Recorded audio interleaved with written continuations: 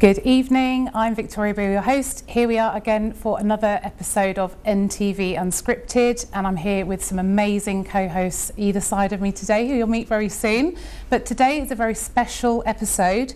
We are tackling the big crisis we have in the UK, in fact globally, which is mental health and wellness. So without further ado, let me introduce you to our amazing guests today. So to my far right, we have the wonderful Karen Hall, who's flown in all the way from Arizona. Thank you for being here today. And to my right, direct right, we have Dr. Diana Richardson, who's flown in all the way from the New Forest. There we go. And then to my left, we have Mimi Bland. So without further ado, let's meet Karen. Karen, how are you today? Thank you for being here. Thank you for having me, Victoria. It's a pleasure. It's an honour to have you fly in all the way from the States, first of all. So tell us, Karen, about high level, about your history, what good work you've been doing in this space. So I'm a psychological safety keynote speaker, and I work with leaders to develop more emotional intelligence so that they can build trust with their teams and increase engagement and productivity and profitability. And that's where innovation and creativity thrive, because if we don't have the safety to say what we really believe, then the whole team suffers. Mm-hmm. And it really relates to mental health as well, because if we don't have the comfort to be able to tell someone, I'm really struggling, I need help, then we suffer in silence, and our mental health can suffer as well. Absolutely. And you yourself, have you ever experienced a crisis or mental health situation throughout your career and through your life? Yes, I have, and because of that, I feel very passionate about helping people to be able to connect with others. Connection is so vital to me. It's kind of like air. and I need connection myself. I'm a person that loves to connect with people and hug people and get to know people. I am also an executive producer, and I'm the editor-in-chief of the Los Angeles Tribune, where I get to interview people and help them to speak and share their stories. And an interesting thing about storytelling is that I find that we create an emotional connection with our audience, and it's healing. As I articulate my story and tell you all, and all of you, my story, that is healing for me. And so with my mental health struggle, we'll talk about this a little bit later, but I suffered from postpartum depression, and it was such a surprise, because like I said, connection so important to me, and so it was. But I had a lot of factors that led up to that. Yeah, and we will be talking about that section too. And finally, what has brought you today? What do you want to help people with? What would you like to get out of being here today? Well, I want to get out that we all have a role to play in helping others and in helping ourselves. And it really starts with empathy. If I can have empathy for myself first and show that self-love, then I don't judge myself so harshly. I can be kind to myself. I can offer myself grace when maybe I make a mistake, instead of saying those mean things to myself. And then likewise, I can also offer empathy to others, and I can help them to know that they're safe with me. Fantastic. Well, thank you for being here today, and we will come back to you later. Now, Dr. Diana, tell us all about your wonderful career, because you are, I'm going to call you the professor, as you know. We spoke about this on the way here, but you're very academic, unlike myself. Tell us all about if you can, squeeze that into a few minutes, and then I would like to know why you're here as well. So my background really is in beauty and well-being. I have been in that industry for over 3 decades, and I've had my first job since I was 9 years old. So I'm a big fan of entrepreneurs and empowering people through education and entrepreneurship. And as beauty and well-being, it's all about building people's confidence. So for decades, I worked in the treatment room, ran businesses, worked with apprentices, taught in the beauty and well-being industry. But ultimately, it's about helping people put their best face forward. And I have helped people, whether it's students and giving them a skill set to be able to earn and provide for their families, which I also do now with Mahila Udiami Foundation, which is based out of India, but we actually are building in South America and in Africa as well. But the Glow Getter Mentor then transpired into helping build people's confidence through mindset and mouth set, not only through their personal appearance. So all rounding, if you feel good about yourself, then that's what you portray to the world, and you ultimately have a better mindset. You do, absolutely. And you yourself, have you had any kind of mental health struggles in your life, and or people close to you that you can resonate or share a story? I've hit rock bottom a few times in life, and I think when you hit rock bottom, it affects your mental health and well-being, and it's about building that resilience. And I've had to start over from zero in the bank and have to provide for a family and have to provide for myself, and those chapters aren't easy, and with that comes a lot of grit and determination, and sometimes it's just reading positive affirmations, saying those to yourself, reading positive things every single day even when you don't feel it. If you keep saying it, that becomes what you hear rather than the negative self-talk.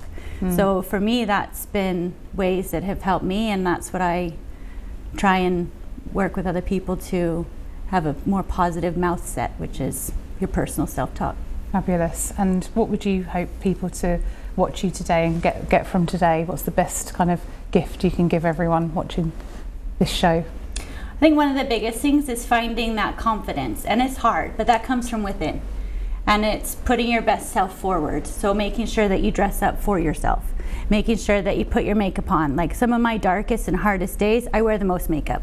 I've got bright red lipstick on, I've got big smoky eyes, and I'm only doing the school run. But I'm like, you're fighting demons, so that's my war pain. And you know, there's charities that do deal with that, and I worked with them for decades. And Look Good, Feel Better, it's a global charity, but it's all about the beauty industry, and it's as if you go into the department stores and they give something from every single thing. So you've got lipsticks, foundations, perfumes, everything, and we go in and everybody works for that charity.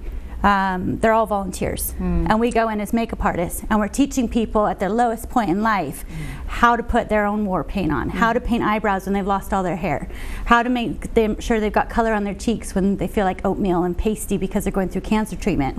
So that war paint I have taken through many different chapters, not only helping people overcome confidence issues with fighting difficult battles on their own, but I think it's about becoming who your dreams require. Yeah, fabulous. Thank you. Well, I can't wait to talk to you more about these things. And last but not least, over to Mimi. Lovely to see you. Thank you for coming. Thanks, Victoria. So just give, again, a high-level bit about yourself, please. So I'm a self-mastery mentor, and I teach people how to master their minds and emotions, and to really understand that everything's from the inside, not the outside. So when you go in and you do the internal changes, the external will change.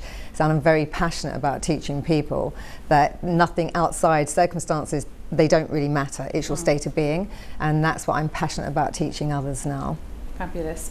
And in terms of your own mental health story, are you willing to share some of that with us? Of course. I mean, like, we're all here on a journey, and I think, like, you know, you were saying that by sharing our stories, it helps other people to understand that actually you can overcome things, and there is maybe a different perspective out there rather than the one that you're stuck in. You know, for me, I started off with a lot of mental, emotional, and physical abuse from a very young age.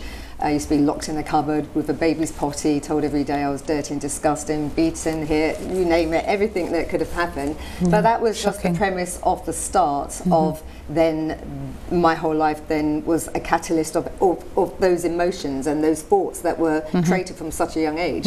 So that was the beginning, but obviously, you know, like I said, life is a journey, and I'm so grateful for that gift of what I experienced, because I wouldn't be able to do what I can do for people today. Yeah, so. And it's amazing how, because I know you very well, and thank God, and you have really mastered the art within yourself, and the way that you can actually go and train people to do this is definitely an art form. Yeah, I have a different sort of like mindset to a lot of people, so you know, I do believe that, you know, we are spiritual beings, and we choose to come here, and we do choose certain people to participate in this journey, and I think when we actually have the foundations of who we are, it makes the game of life so much easier to play, because you understand that you don't have to take things personally. You know, everything's happening for you and not to you, and it changes everything. So I think sometimes we get stuck in the story. You know, we repeat the story over and over to ourselves, not understanding that everything's energy and vibration. So what you are completely focusing on, you're perpetuating the very thing you don't want to experience. Exactly. So, yeah, that's what I'm very passionate about. That's amazing. And what do you hope people watching today will gain from your knowledge and expertise? Yeah, for me, like, obviously we're all on our own individual journey, but I really want, like, when I work with people and teach people, I want them to be able to utilize this information with any area of their life, regardless of what's happening in their life. It's a mindset, it's a blueprint to life.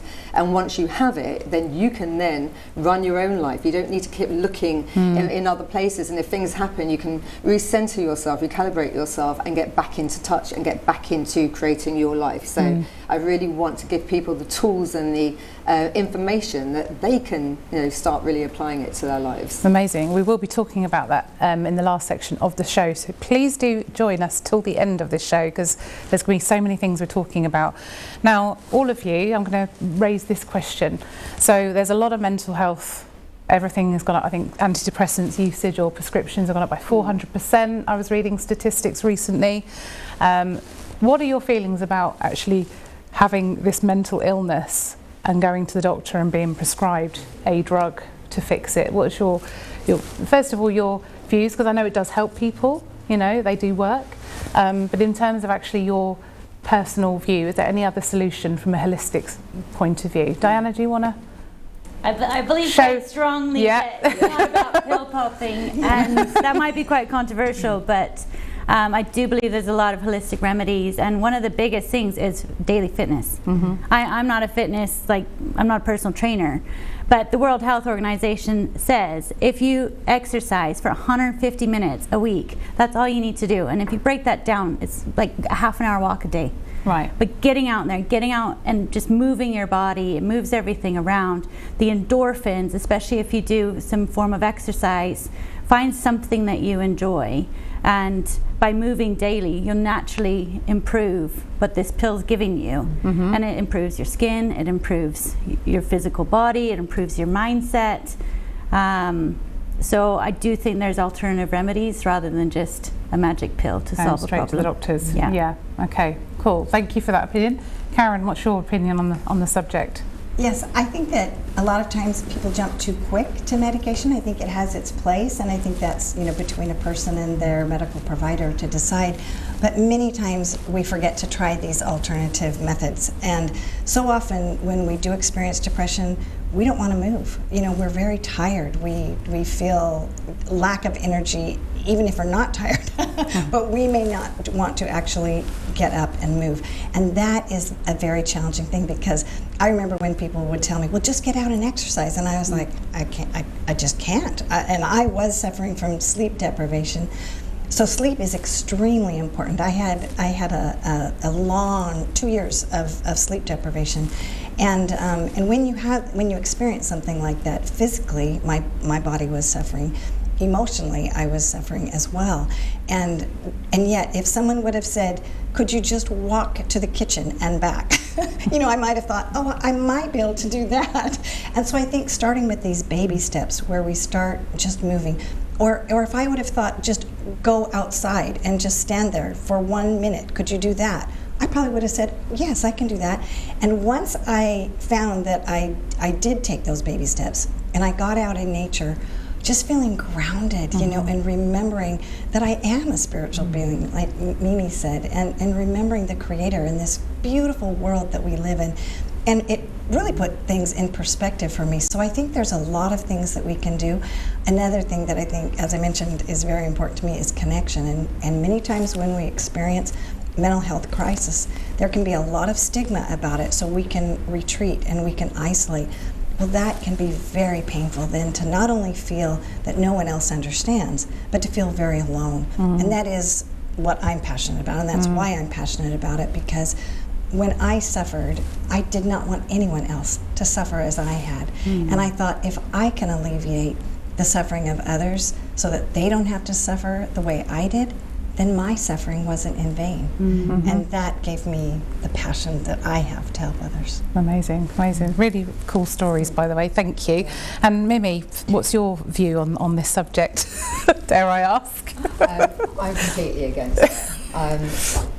For me, it's like you either learn to govern your internal world or the world's going to govern you. You know, there's a lot of people that push the medication down there for reasons that aren't for ourselves, for obvious reasons. And I can understand, like, you know, a lot of people that haven't got the knowledge and information, then that's your first point of call. But your emotions are your sat navigation system. They are trying to guide you. They're telling you that, whatever route you're going down, the thoughts you're thinking, the emotions you're feeling, you're off center. So recalibrate yourself, like the car says to you, on the next turn in, turn right, get back on track. That's and your interesting, emotions are just trying to speak to you. They're telling you whatever story you're telling yourself, whatever thoughts you're thinking about, they're not serving you. You're going down the wrong track. And every time you take medication, the medication numbs you. It stops those emotions. So you're literally like in limbo, but you're not going anywhere.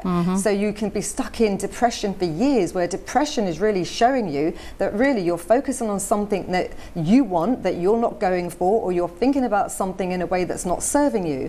So it's really about, we need to re-educate people, and we need to re-educate them of what our system is, because we are a self-healing mechanism. There is nothing inside of us that we cannot heal from. But again, sometimes we go to the wrong groups, we speak to the wrong people, and we're perpetuating the things that we're trying to get rid of. That's right. So it's very important. Environment is very, very important as well. Yeah, and we haven't really spoken about food and nutrition or superfoods and supplements. Very important. Diana, you must have, because you're very good at this.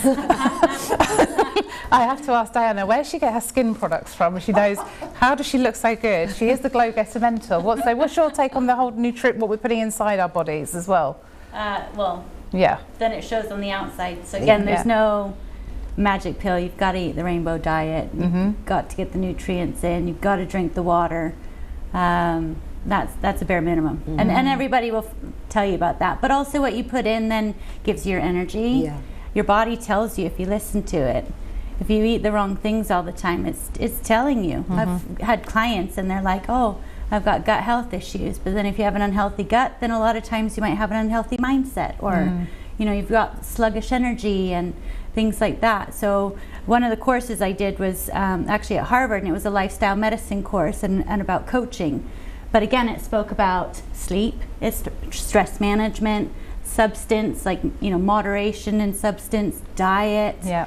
Again, being social with people and having that interaction. And they were the 6 pillars of just well-being. And all of them interconnect in many ways. Fabulous. Any thoughts on the subject? Supplements, food, herbs, Karen? Yes, so I'm also a registered dietitian, and so having been trained in the traditional models of medicine, I understand the strengths there. I also understand some limitations, and I am very big into alternative methods. And nutrition is so important because, once again, many times people jump to the medication first before they work on their diet. And the United States did a study where they said, how many fruits and vegetables should people really be eating? And they came up with 9. And then they studied how many were most people eating, and it was 1. If they were lucky, maybe a cup of orange juice, you know, in the morning, and that was it. And they said, how are we going to get them to go from maybe 1 to 9? And they said, okay, we'll pick 5 a day. Let's try that and see how that works. Well, we weren't so good at it, but we're working on it. We're working on increasing the fruits and vegetables and helping children when they're young to be satisfied in those ways makes a big difference. I happen to turn to sugar as my substance of choice when I am stressed or discouraged or whatever. It kind of gives me a little boost where I stay awake, and that helps me to keep going. But that's not the best thing for me, and that has taken me a lot of work to work on that myself. And so I think it's very important that, you know, we look at something and many times it's an impulse decision. We aren't even thinking, you know, it just is like we just go for that thing. But if we think, you know, what do I want most? Do I want to feel better? Do I want to, you know, have that confidence like you were talking about? And how do I want to feel physically? Is this going to help me to feel better physically? And then make that choice. And I'm a work in progress. I have times. Yes, we all are. I have times when I'm better and times when I'm under extreme stress, and sometimes it's prolonged stress, and then you can always tell. but I think that's something that a lot of times people don't recognize, that that's a stress response, and it's a trauma response as well. So I think it's important that we, make sure that we are talking about those aspects as well to help us with our physical and our mental health. Fabulous. Well, thank you, Karen. And with you, my darling, because I know you're very big on health and nutrition, so share us some words of wisdom. Yeah, on I that just front. feel like, the way I look at things, that if it's not made by God and the universe, then you shouldn't really be putting it in your body. Everything that we need to heal our gut, it's what's in the universe. Like every herb we have, it's given there. All the fruits, everything, the vegetables, the fruits. But saying that, there is no good and bad really in anything. It's about, you can have something, but then don't eat it to excess. Because the moment you deprive yourself of that piece of chocolate or that little sugar, then you start feeling guilty. And then it's the guilt, because I know people that have lived off donuts their whole life and they're as healthy as anything. Really? Yeah, honestly. Because again, you've got to think about it. If you're having a donut, what's the first thing that goes into your head? Oh, 400 calories and the sugar, and then you start thinking about all the statistics. It's all the labels and things that causes a lot of problems. Right. It's like being present with whatever you eat, enjoy it, taste every mouthful of it, enjoy it, and then that's it. You've had that little bit. But for me, I'm a very clean eater, and I'm very disciplined as well. Yes. So I think discipline is the key to not sort of like rigid, like ruining your life. But you either control your mind, or like I said, the external is going to control it. So it's a discipline. It's a way of living. It's a state of being. That's really what it is. Absolutely. Well, we've got a couple of minutes, would you believe, before our commercial break. I can't believe it's gone so quickly. So just a couple, I'm just going to do a quick round robin really. So to complete this section of our show, we've talked about alternatives, we've talked about the alternative to antidepressants potentially, and the food and the health and everything. If you were to give one top tip now for somebody watching our show and thinking, you know what, I want to do this, but I don't know where to start. I love what Karen said, I love what Diana said, I love what Mimi said, but where do I start with all this? It's a minefield. So, Karen, any sort of words of wisdom before we go to the commercial break? I would just say, if you were trying to decide, where to start, what did you kind of lean into? What kind of resonated with you when you heard one of us say something? Was there something that you felt connected to? You thought, oh, I could do that. I could try that. That's where I would start if it was me, because, it might be that exercise is not something that you feel you're ready for it this time. It's all about being ready, and it's about loving yourself through the process. Because if I drop that judgment of myself and I celebrate every little baby step, then I'm more motivated. Victoria Beale back here as your host for NTV Unscripted, our special health and wellness edition, and I'm here today, if you just tuned in, with the wonderful Karen Hall, Dr. Diana Richardson, and to my left, Mimi Bland. Now, before we start this section of the show, you may have seen in the news recently that two young people passed away, Hayden Panettiere in Hollywood, and also Jason Arde. Very tragic cases, but at the root of this was a mental health or a cry for help. And we will be discussing these conditions very, very soon in this show. But what I'm going to do is start with Karen, if you've just tuned in. And Karen, welcome back to our second section. I know the producer's going to put some pictures of you up on the screen, but just again, give a quick intro as to your speciality. And then I want to hear your feelings about these two characters, because Hayden obviously suffered many years of postpartum depression, as you did, and Jason was being unfortunately trolled significantly, which led to his suicide. So over to you. Yes, so I'm Karen Hall. I am a psychological safety keynote speaker. I am also known as the Queen of Empathy, because that is so important to me, and offering empathy not only to ourselves but to others.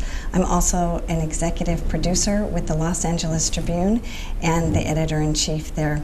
So I produce summits where people come and speak and share stories just like this. I love interviewing people and hearing what they have to say, and I also enjoy sharing my story. With regard to Hayden Panettiere, I think that what was so sad is that, first of all, after she had her daughter Katie, she was suffering from postpartum depression, and she gave her daughter to her husband. I can't even imagine the suffering that she must have gone through to to decide to make that decision, but she did it for the best interest, I'm sure, of her child. But the loss of that experience would have probably sent me into depression even worse. And my heart just really goes out to her. In my own experience with postpartum depression, I did not realize that there was an element of grief involved because of the losses.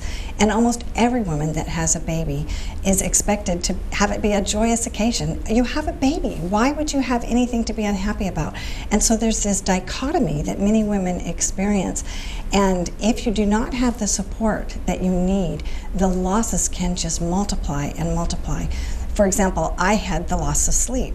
But I also did not have family support. I did not have anybody that came and helped me after I had the baby. I was on my own with my older 2-year-old. And with every pregnancy, I never had anyone that came out and helped me at all. And that is a lot on a mother to be able to take care of everything on her own. In addition, we had bought a bankrupt business, so there were a lot of stresses financially, a lot of losses in that way. And I think that a lot of people underestimate those kind of losses and the toll that it takes on us. But just as Mimi has mentioned, it was a journey. It taught me so much. It gave me so much empathy for other people that suffered that I wouldn't have had otherwise. I might have just thought, well, what's there to be unhappy about? I hope I would never have thought that, but that sometimes people thought that about me. And so I think that it's very important that we do offer that support and that compassion when people are suffering. And we've just seen a couple of photos of you looking absolutely gorgeous, speaking, and you know, who would have known this lady had how many children do you have? I have 4. 4 babies, and look at you know, you're very amazing, beautiful girl, yeah, inside and out. Only by the grace of God, I have to say. Well, it's inspirational, but it's always we're always backpedaling a harder way, aren't we? Particularly as women, I feel. Yes. But Diana, you had a very different experience with your pregnancy. We spoke about this earlier. Do you want to share kind of like your strategy, because it was a strategy to not fall into this depression post-birth? So with trying to overcome obstacles and create opportunities, I'm a big fan of failing forward. So first attempt in learning, and my eldest was a very traumatic birth that ended up in, after 30 hours, an emergency section. It could have ended very differently, but thankfully we are both fit and healthy. And so I learned a lot from that first and initial experience. So then when I had my second, it was a planned section. I had to fight for it because in the UK they don't automatically give it like they do in the US. And I had to fight very hard, very passionate, get a lot of support from medical professionals to say, this is why my body needs this. Your body knows, we heal very well, but one thing I learned was that I needed help. And my aunt, I'm very, very grateful to this day, because if she wasn't there, I probably very much so would have had gone into depression, because I was running a business, I had 2 kids under 18 months, and my aunt just dedicated time to me, 9 to 5 every day for 6 weeks while I was healing from my section. And she's like, just leave me a list. And at first it felt really awkward. Like I've never had staff, I've never had help like that. And she's like, leave me a list. I might need to go to the post office, laundry, ironing, whatever it is. And after that 6 weeks, she then helped me hire someone. And she's like, you need to do this. And my husband was like, we don't need any hired help. We don't need a cleaner. And my aunt stood up for me. She's like, she does. She's got 2 kids, 18 months, like 2 in nappies, 2, you know. And so she helped me find someone that was a cleaner, and I could leave my little list of like 5 or 10 things that needed doing in a couple of hours, and she was there, and it was a great handover. But had she not been a cheerleader and had she not been supportive, it would have been a very, very different situation. Sure, yeah, absolutely. And I think one thing that I've learned, whether you pay for it, whether it's somebody that you find that's an outsource, you only need one person that supports you and fights your corner in life, and it really can transform your mental health and well-being. And look at you there again, another gorgeous woman you are. Joe Foster. That's the Joe Foster. Now tell us about the Joe Foster thing, and then we've got this Whispers of Serenity as well. Look, all these pictures flashing up. Ping, ping, ping, I ping. can't keep up with these achievements. So yeah, tell us about the book first of all with Paul Foster. Joe Foster. So he's the founder of Reebok, and I was offered to co-author with some amazing other chapters, and my chapter is all about, it's about resilience and about the grit and determination, and again, turning obstacles into opportunities, and the other people have done that as well, so it's been an honor to co-author a book with him. Yep. The other book that was on there, Whispers of Serenity, that is launching on the 9th of September. We spoke a little bit earlier about affirmations. Yes. And again, it's a co-authored book, so every chapter is full of different people from around the world and their personal affirmations that they use for their own personal mental health and well-being. Yes. And I think another one might have been an award, and I'm very grateful to have been recognized. Just award, and the Guinness Book of Records one I spotted earlier. That was, what was that for again? That was for authors. So there's over 1,000 authors worldwide that all signed books at the same time. So the London Organization of Skills Development put that together, and we've co-authored. So I'm in the 26 Game Changers of 2026 this year, but there are other amazing authors that have written books with the London Organization of Skills Development, and Dr. Perrin said we should all get together and go for Guinness Book of World Records, and we got it. You did, well done. I just got that last week in Boston at Harvard University, so this is for everybody, and it's not for me. Fabulous, honestly, inspirational stories. Thank you. We'll come back around again in a second. Mimi, your, this story with Hayden Panettiere, let's bring it back to that. And obviously, we don't know exactly the circumstances of her death as of yet, but of course. In terms of the postpartum side of things, did you feel this yourself after you had your babies? I had depression, but that was mainly not because of the children. Obviously the chemicals in our bodies are all sort of going through these different hormonic changes, but it was the relationship I was in. Right. So again, everything's a reflection of something external, not actually having the baby to a degree, if you understand what I mean. So if I just take this in a little bit of a different direction, because it might help people to understand a little bit. So in both cases are very, very tragic, and it's really sad. But all of our issues start from when we're children. So from say 0 to 7, whatever you see, whatever you're programmed to see, how you feel about yourself, and it's mainly the stories we tell ourselves. So it's the it's the imprints that we tell ourselves. So for instance, if your father is ignoring you, or if, say for instance, you've had some sexual abuse, or whatever it is that you've gone through, in that moment, you have made a decision that I'm not good enough, or what's wrong with me, or everybody ignores me, or why did they betray me? So we have this story, or everyone that I love leaves me.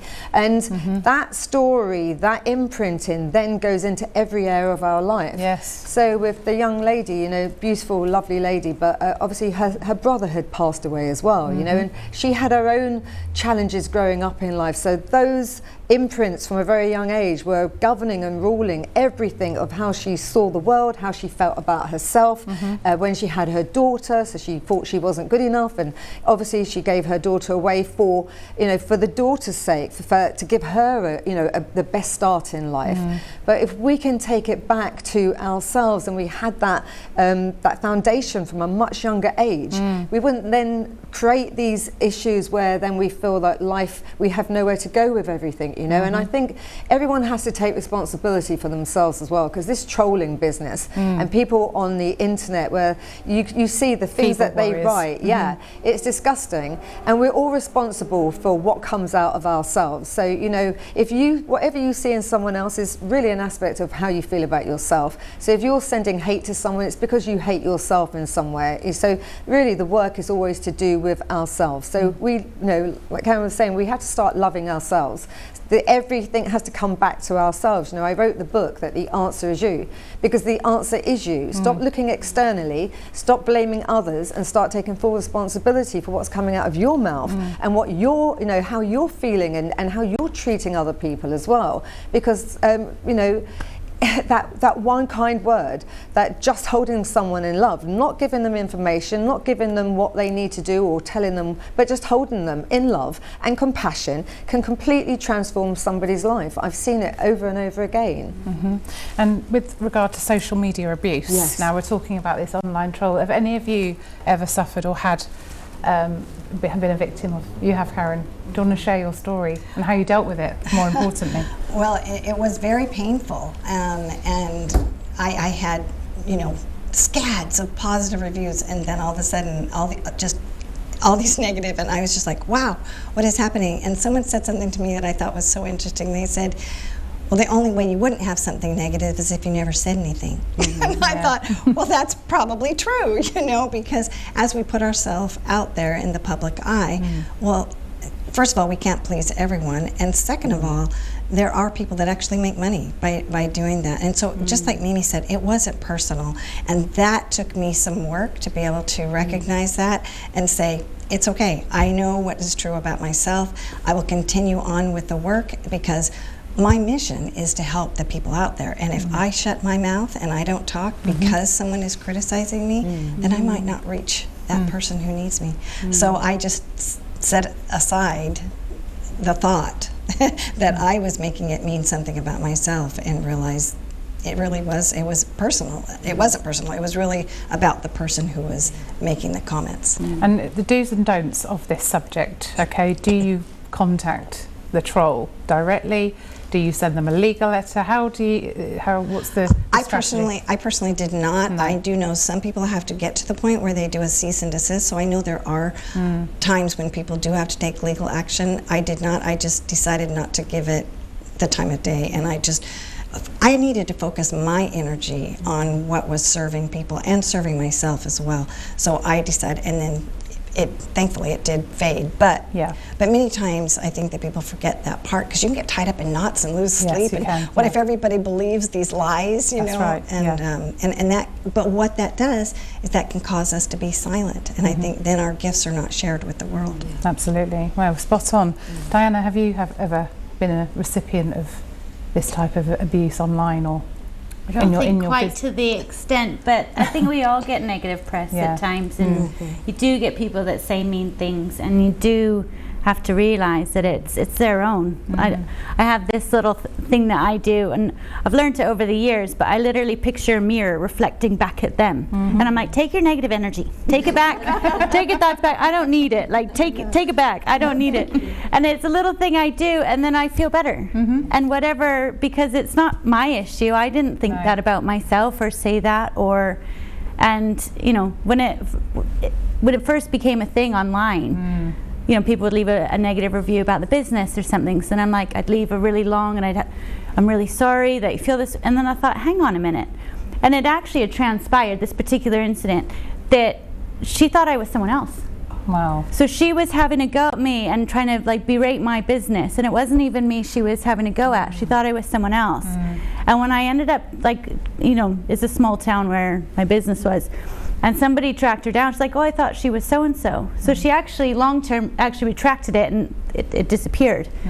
But it still made me feel awful for months, because I'm like, what have I done to this person? And I looked, I'm like, she's not even a client. She's never been in with my business, yet she has the audacity to say something so mean and hurtful.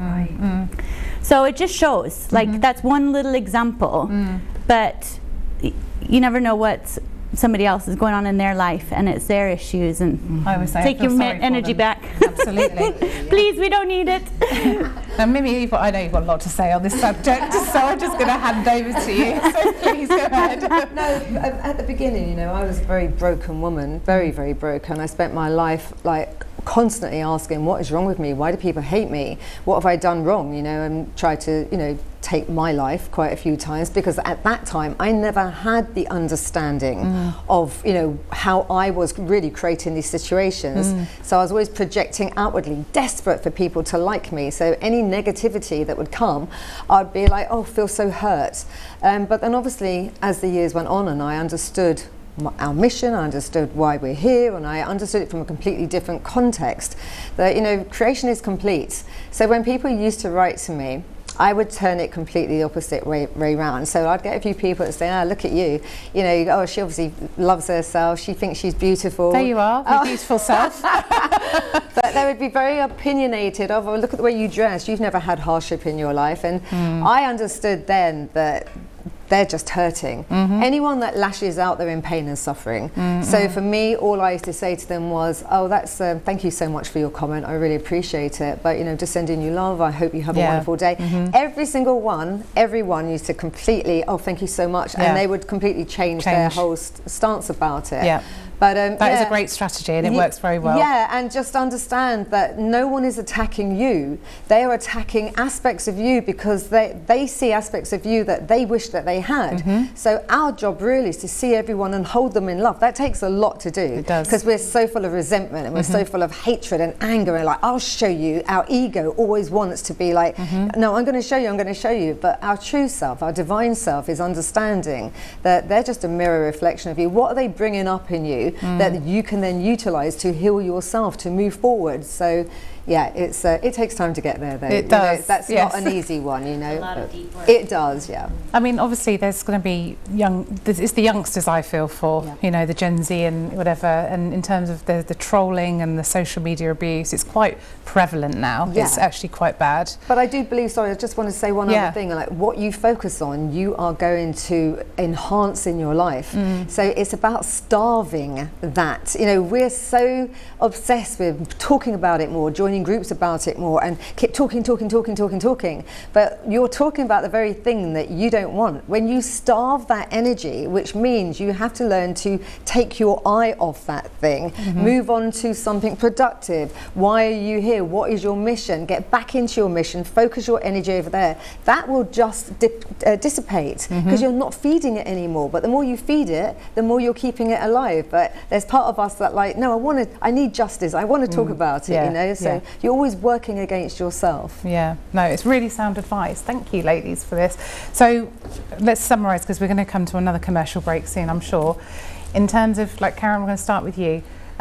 Someone's watching this now, they've just had a baby. What's the best top advice you could give them? Just 1 or 2 tips. Well, I would say that even though I didn't have someone come and help me because we couldn't afford to hire someone to reach out. Now you have the ability to do email. We didn't used to have that. You know, I didn't even have a telephone at that time, so I couldn't even call somebody to talk to someone. But find someone that you can talk to. And we had just moved to a new town, so I also didn't know people. So there were just a lot of complicating factors. But find that way to connect. And there's always somebody that has less than you do that needs a friend. You can go to a nursing home. You can always find someone that needs a friend, and you can be that friend. Even if it's now, you can send it in a text message, and it doesn't have to be like a big long visit. You can just say, just thinking of you with a little emoji. But that brings joy to someone else's life, and you never know what a difference you can make for someone else.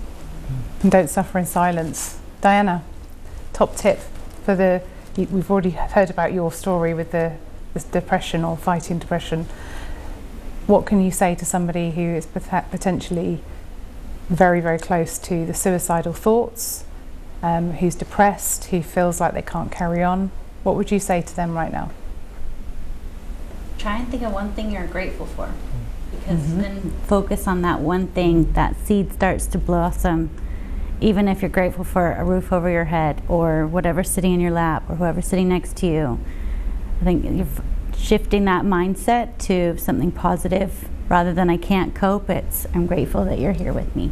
Yeah, fabulous. Thank you. And Mimi, what would it be from yourself? Yes, same as Diana. You know, really, it's about we have a reset within ourselves. So it's go outside into the fresh air, take your shoes and socks off, walk on the ground, put your hand on your heart, close your eyes and breathe. Your breath is what resets you, and you can just bring yourself back.